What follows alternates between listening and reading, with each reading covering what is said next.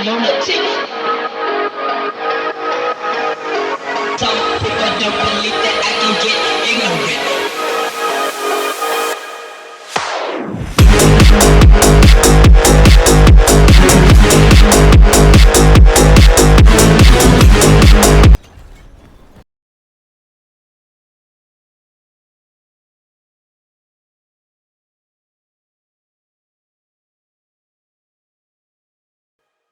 Okay, my people, this guide is going to be a short one. I will try to keep it under 10 minutes if possible. Also, this is sincerely, a cheap guide. And as you saw from the intro, I had a lot of damage. Hopefully, it will be the same case for you. Now, this build is centered in using trample as much as possible. To that end, we are going to use the next aspects that I'm going to show you. The first one is the one that you're seeing in the screen. Now, trample summons 6 landslides. So now you have a clue on how to increase your damage. You want to increase the level of trample and the level of landslide. Increasing the level of landslide not only increases the damage of landslide, but also the damage of trample thanks to the aspect that you are seeing in the screen. Also, trample is of the earth type. It's an earth type skill. So increasing in general your earth damage is going to increase the damage of trample too. Awesome. With that out of the way, our second aspect. Now, whenever Nature's Fury Key passive triggers, whichever type of a skill triggers that is going to reduce the opposite type of element by the amount of seconds that is indicated in the description. So, for example, let's say you open your rotation using trample, and next you cast Hurricane. Hurricane is of the opposite type of element to trample. So there is a 30% chance nowadays to reduce the cooldown of all of your earth skills by the amount of time that you see in the screen. It can be 6 to 12 seconds. So, having that in mind, I'm going to recommend you to open the encounters using trample, followed by hurricane, and hopefully your cooldown gets reduced, and now you cast trample again. So you need to have a 12-second reduction. So you gotta farm a little bit. Not that much, but you gotta play the game, okay? Nothing crazy. Now, the third aspect that I would like you to have is what you are reading in the screen. And this is an increase of damage to landslide. And remember, increasing the damage of landslide increases the damage of trample. Pretty simple. The fourth aspect that I'm going to recommend you is optional. But since you are already using a rotation which weaves in and out of earth and storm skills, this is going to reward you for that type of gameplay, because that constant change between the elements is going to increase either your critical strike chance in your storm skills or your critical damage in your earth skills. Pretty simple. The rest of my build, the rest of the items will be my armor, and it couldn't be more generic than this. Okay, you don't need to copy it. Anyways, I'm going to add a link down below in the description with a plan builder so you can read or check everything that I have in my build with more detail. So you're saying my helmet, my chest piece, my gloves, legs, and boots. Pretty simple. And that is my weapon. The exact same aspect that I just showed you before in a weapon level 42. Which means that possibly you may have the chance to have all of the aspects that you need at about level 40-ish, 45, let's say. So good luck with that.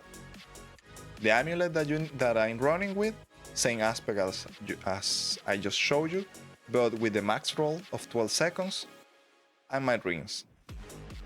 just stronger versions of the same aspects. Now, the skill tree. I'm not going to waste that much time in here. I will explain a little bit about the skills, but first, my full skill tree. So there you go. Nothing fancy. Okay, remember, down below, you will find a link for this. Now, let's talk a little bit about a Storm Strike. This is going to be pillar skill. If for any reason you don't have Hurricane available to you, because you just use it or whatever, after casting Trample, use Storm Strike, and hopefully you will have Trample back and you will cast it again. Now, are you charging into a boss? Okay, don't use Storm Strike. Use Trample, Cataclysm, which is your ultimate. Hopefully you get back or you receive the cooldown reduction to your Earth skills, and you cast once again Trample. Believe me, it happens quite often. Now, Landslide, I just explained to you, that's your core skill and is your second biggest source of damage, and you want to cast it whenever you don't have available Trample. Earthen Bulwark is your main source of protection. You want to use this as much as possible, especially if you are engaging in combat. Trample, everything was set already. Hurricane, same deal as Trample, set already. Cataclysm, remember, if you are charging to a boss and you don't have Hurricane, use Cataclysm. Now, if that Cataclysm reduces the cooldown of your next Trample, Cataclysm applies vulnerable to your opponents. So that next Trample not only has the extra critical damage from the last aspect that I showed you, but also a boost to the damage thanks to the vulnerable status. So that's a big boost to your damage right there. Next, our Spirit Boons. So super fast. The first one is Wariness, followed by Sight Talons, followed by Avian Wrath, Energize, and lastly, Calm Before the Storm.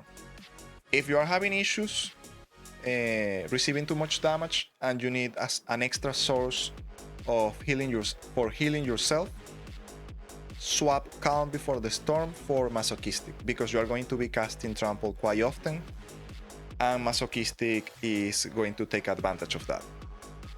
Lastly, the Paragon board. You are seeing in the screen the path that I choose for my points. The first Paragon board that I choose is Earthen Devastation, and the next one is Ancestral Guidance. The first one, Earthen Devastation, increases my earth damage, and Ancestral Guidance helps me with the only issue that I have seen my build has, which is my resource regeneration. So this one helps me to cast Landslide more often. Lastly, my glyphs. The first one is human, because you are going to be in human form 99% of the time. Even after casting Trample, you are getting out of the Werber form immediately. And lastly, my glyph socket, which is Earth and Sky. This is so far everything in my build. I haven't planned anything else because I need to get to have more level to test everything. This build is pure trial and error. I'm new to the ARPG niche, and if I'm able to pull this much damage from my character, believe me guys, you can do so too. But if you can, you suck. Sorry.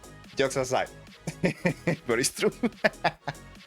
Thank you very much for watching my video, and I hope you have enjoyed. I hope sincerely this helps you in your journey and to enjoy your Druid even more. Have a nice day and take care. Bye.